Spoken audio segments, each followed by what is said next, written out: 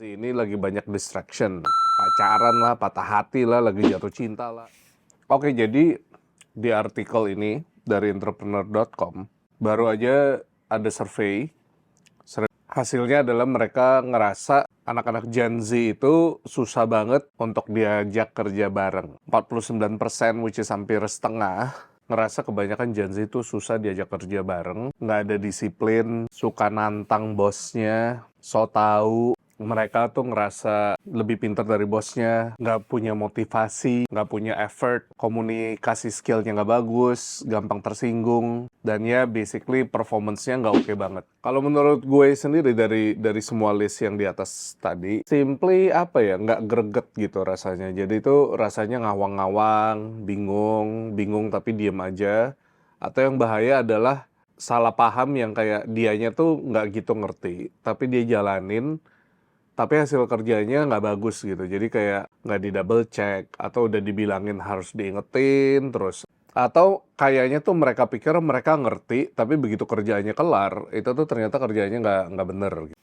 Jadi sebagai manajer, kayak waktu dibilangin tuh mereka dengerin gak sih? Mereka tuh waktu di meeting tuh beneran dengerin, beneran ngerti, beneran absorb, atau cuma masuk kuping kanan keluar kuping kiri. Jadi mereka pengen cepet selesai, asal ngerjain aja, asal submit aja. Mungkin masih kebiasaan waktu kuliah, yaitu ya udah pasrah aja.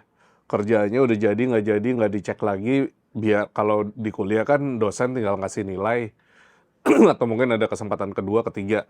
Jadi itu posisinya tuh kayak, bos, nih kerjaan gue udah kerjain, pokoknya nih lu cek aja dah. Lu kalau ada revisi lu kasih tahu gue. Cuma itu mengakibatkan si manajernya jadi, duh nih orang bukannya ngebantu hidup gue jadi lebih gampang, kerjanya jadi kelar. Gue malah sekarang ada kerjaan tambahan, harus ngecek kerjaan lo, dan harus ngebenerin kerjaan lo, dan itu semuanya jadi tambah lama, dan jadi tambah ribet. Karena inget ya, at the end of the day, kalian itu dinilai udah bukan kayak waktu di kuliah lagi, ini di tempat kerjaan, where we want to get things done. Lo itu di kerjaan untuk solve problem, solve issue, dan membuat kerjaan manajer lo jadi lebih mudah, dan objektif perusahaan tercapai. Dan yang gue ngerasa juga, misalnya dikasih kerjaan, itu mungkin bisa cepat ngerjainnya, cuma tuh effortnya, penjelasannya, analisanya tuh nggak ada. Jadi bener-bener kayak cuma copy-paste atau pengen kerjanya cepet kelar, cuma kualitas pekerjaannya tuh nggak bagus gitu.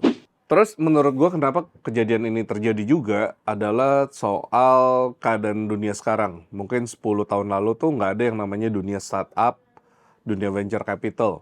Jadi logika gue adalah yang bagus-bagus, mereka lebih prefer untuk bikin perusahaan sendiri, untuk bikin startup sendiri, kerja buat mereka sendiri.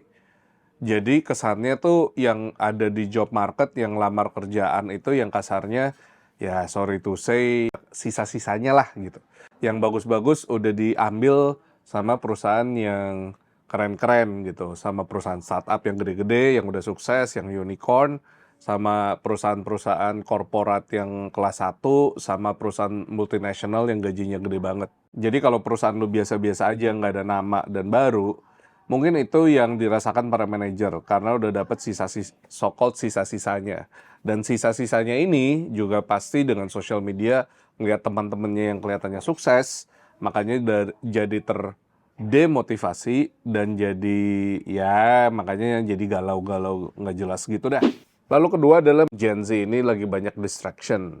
Mungkin lagi umur-umurnya banyak pacaran lah, patah hati lah, lagi jatuh cinta lah, berantem sama orang tua, mereka bertanya-tanya, ada kerjaan yang tepat buat gua atau enggak, gua mau bikin usaha sendiri kah, atau mau jadi TikToker kah, mau jadi influencer kah. Itu semua tuh bisa mungkin rusak fokus dan disiplin mereka di tempat kerjaan. Menurut gue opportunity lah. Dengan banyaknya para manajer di Indo ngerasa susah banget dapetin orang yang bagus. So, lo pada tahu mau perform better, itu sebenarnya jadi memudahkan kalian. Karena banyak so-called competitor kalian, yaitu kandidat-kandidat lain, yang kualitasnya rendah. Jadi kalau lo sedikit lebih bagus, itu mungkin jadi gampang dilihat sama manajer yang lain, gampang dilihat sama bos-bos kalian yang lain. You just need to be a little bit better.